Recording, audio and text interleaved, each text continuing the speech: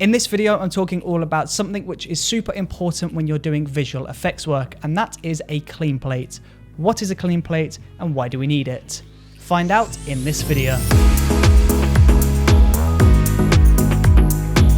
If you're watching a video tutorial all about visual effects, then you've probably heard the term clean plate come up once or twice. And this is especially true if you're watching a video based on cloning or masking effects, because a clean plate is super important in those examples.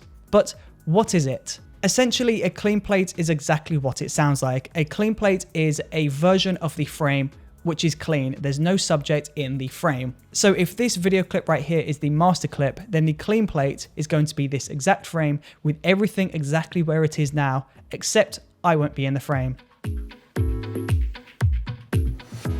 But the problem is that just raises more questions than answers. Why do you need this empty frame? Why do we need a clean plate? Well, a lot of effects are based on this clean plate. So if I was to do a opacity fade, so I want to do a ghosting effect, for example, I would fade down this top layer of me in the frame, and I would use this clean plate as the background layer, which means you would see what was behind me in this frame.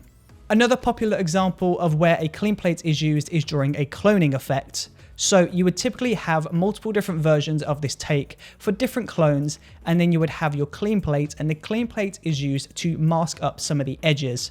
So let me show you. So this is the first video clip. I'm in the middle of the frame. This is master clip 1. Now I'm going to move and we'll get number 2.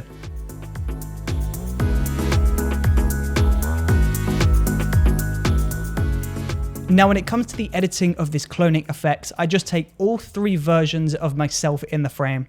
I cut a mask around each different version, and then I add the clean plate, that's the empty layer, underneath all 3 of those layers to fill in any of the missing gaps.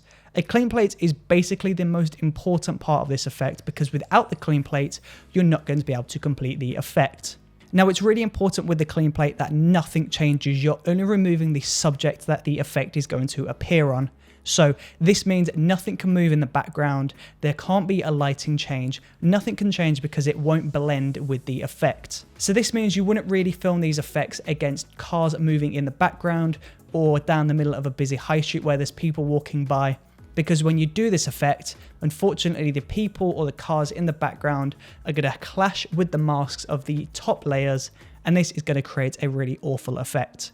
So it's really important when you're capturing visual effects using a clean plate that your clean plate does not change. It's also really important as well that when you're capturing your clean plate that your camera is on a tripod. If you're holding the camera handheld, or if you move the camera on a tripod to a different position, then unfortunately it won't line up with the other shots. So it's really important that when you're capturing these shots, your primary footage and the clean plate are both exactly in the same frame. Now you can get really fancy and use motion controlled sliders or tripod heads to basically recreate the movement every single time, and that way you can have a moving clean plate, but that's a little bit complicated, and without those tools you won't be able to recreate this effect. So basically, to sum up, a clean plate is an empty frame and it is vital for doing visual effects work.